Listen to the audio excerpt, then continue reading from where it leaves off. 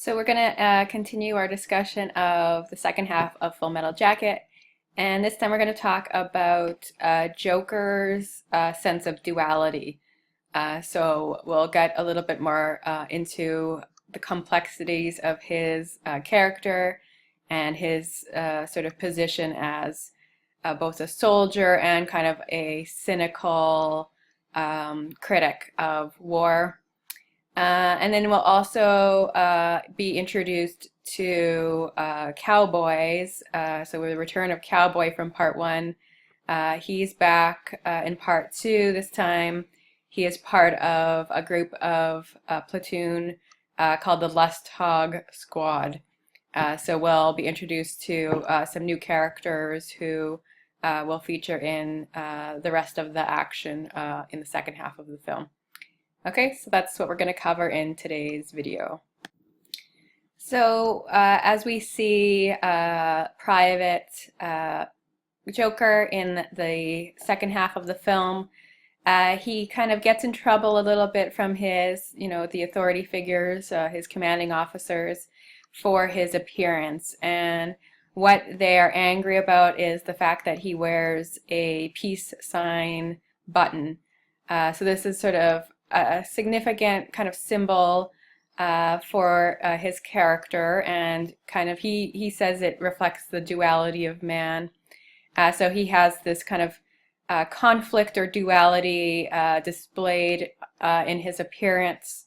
On his helmet, you'll notice that it says, born to kill, and then we have that peace sign button. So these two messages are contradictory and somewhat of a kind of paradox. How can somebody be for peace, pro-peace, and at the same time be wearing something that says born to kill? So it seems paradoxical or contradictory, but that is kind of how he sees the duality of man. He says it's like a Jungian sort of message about the duality of man. So he's sort of quoting or citing Jungian psychologist Carl Jung, who discussed or identified kind of archetypal features of human nature, and the sort of Jungian duality that Joker is talking about is reflected in his role as a soldier. So if you think about the duality of that experience of being a soldier, you are kind of divided along two sort of separate roles. On one level, you're taught to be a killer.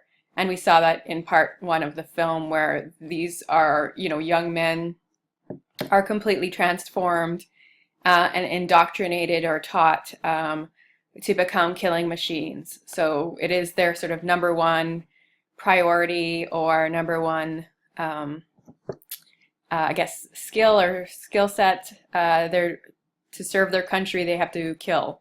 So that's their role as a soldier. But there is this other side of being a soldier that we think of, and it is the part of the why we admire those in the military service.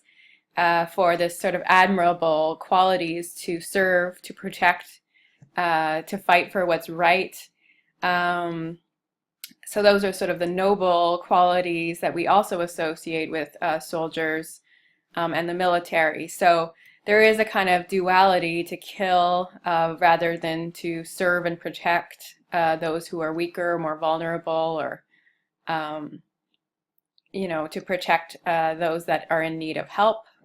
So that's the two sides of being a soldier, and we see Joker is in conflict with his involvement in the war, and he kind of is, he remains ingrained in this military mentality, but at the same time he seems to kind of resist it or question it or make fun of it. So he's always kind of on that line, straddling both sides, war and peace, to kill or to protect. and his subject position is kind of divided in that regard.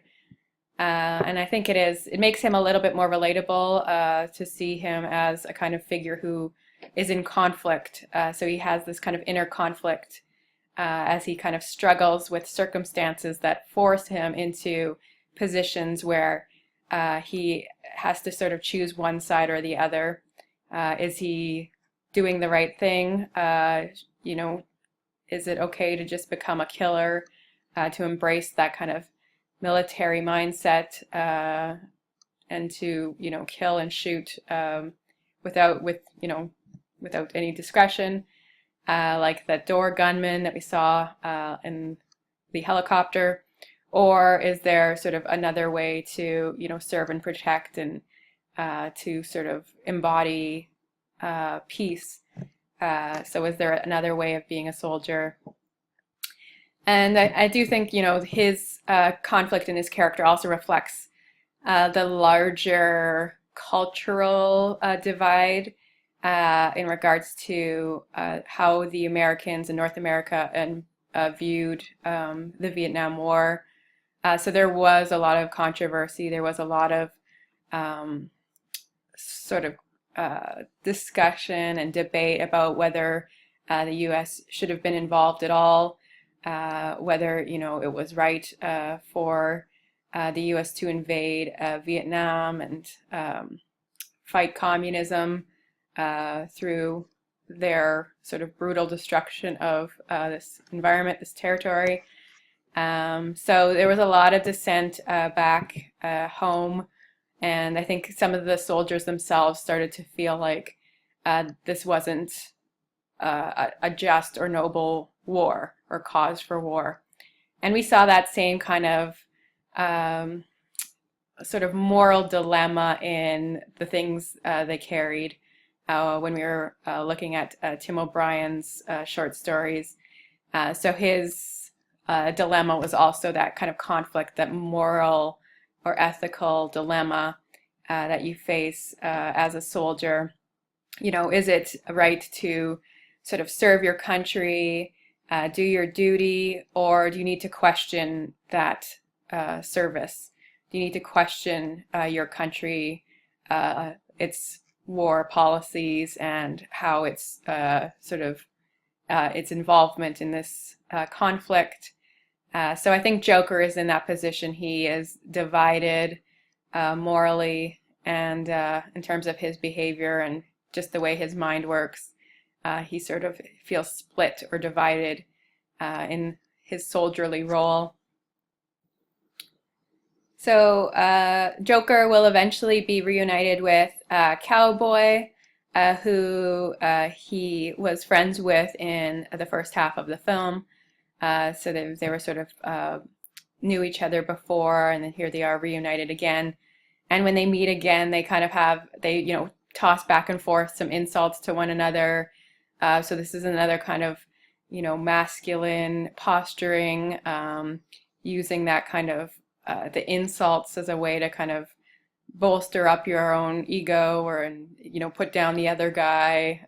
So it's kind of, it's a friendly ribbing, but it's also kind of has to do with that facade or very kind of macho posturing. We're introduced to these infantry soldiers. So these are men who have they're in the shit, so to speak, in the front lines of bloodshed, and they sort of there's a lot of kind of bravado and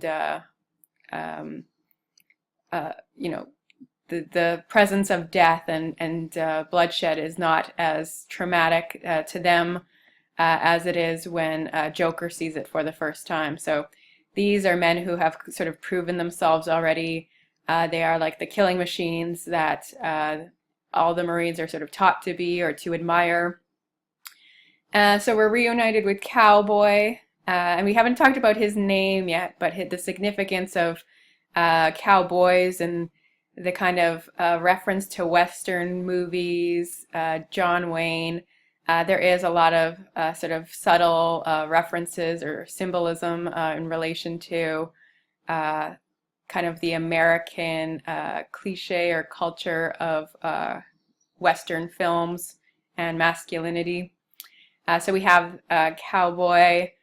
We also are introduced to a character, Animal Mother, and he's the one who kind of confronts Joker right from the start, and sort of acts all kind of super tough and macho, and questions how Joker is just a journalist who hasn't seen any of the real experiences of war. So he's sort of establishing his kind of alpha male status early on. And we'll learn more about Animal Mother as the rest of the film plays out. He is a soldier who's admired by the others for his kind of bravery and toughness. But he's also kind of revealed to be a very racist, sexist, bigot. So he's both, admired in terms of his soldierly status, but to, viewers who are viewing him sort of through a kind of, a feminist lens or a politically correct lens, his racial and sexual bigotry is very evident and makes him kind of a disturbing character.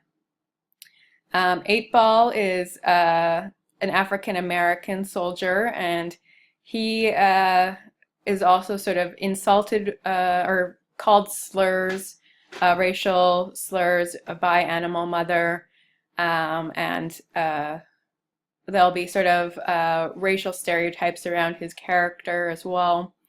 And then Crazy Earl. So Crazy Earl's the guy who says that he has his bro, and it ends up being a deceased VC soldier. So these are men who have sort of seen death. They're not afraid of death. They embody a lot of the sort of hegemonic masculinity that has been ingrained and taught to the Marines to sort of look up to and to idealize and try to achieve. So they kind of embody all that toughness, the bravado, the lack of fear, lack of emotion, and all those sort of qualities or characteristics that Marines are taught to sort of value and uphold. So Joker is not fully accepted into this Lust Hog squad. He kind of stands out on the outskirts because he hasn't fully proven himself yet, at least to Animal Mother and the others, because he hasn't, he hasn't been in the shit, so to speak. He hasn't shot or been shot at enough. He hasn't had enough confirmed kills. So his death toll isn't high enough. So there's a lot of sort of searching for male approval in Joker's kind of relationship with the Lust Hog squad. He kind of needs, or he feels he needs to sort of prove himself among these men. And we get to know these characters a little bit more as the action of part 2 continues. So I just briefly introduced us to the character of Animal Mother, but like I was saying, he is kind of he's not the platoon leader at this point, but he does take a kind of alpha male status in regards to embodying the sort of hegemonic masculinity that's admired in this military system. And he does sort of confront Joker with that sense of, bravado or machismo. And then Joker will make his John Wayne impersonation again, which he always seems to do whenever he identifies a soldier sort of acting tough. So he'll bring out his John Wayne impression to sort of show that it's all kind of just an act. All these guys are just acting tough, and it's all just a kind of performance that they're doing, whereas, it's a way or a mask for them to hide their true fear and vulnerability. So animals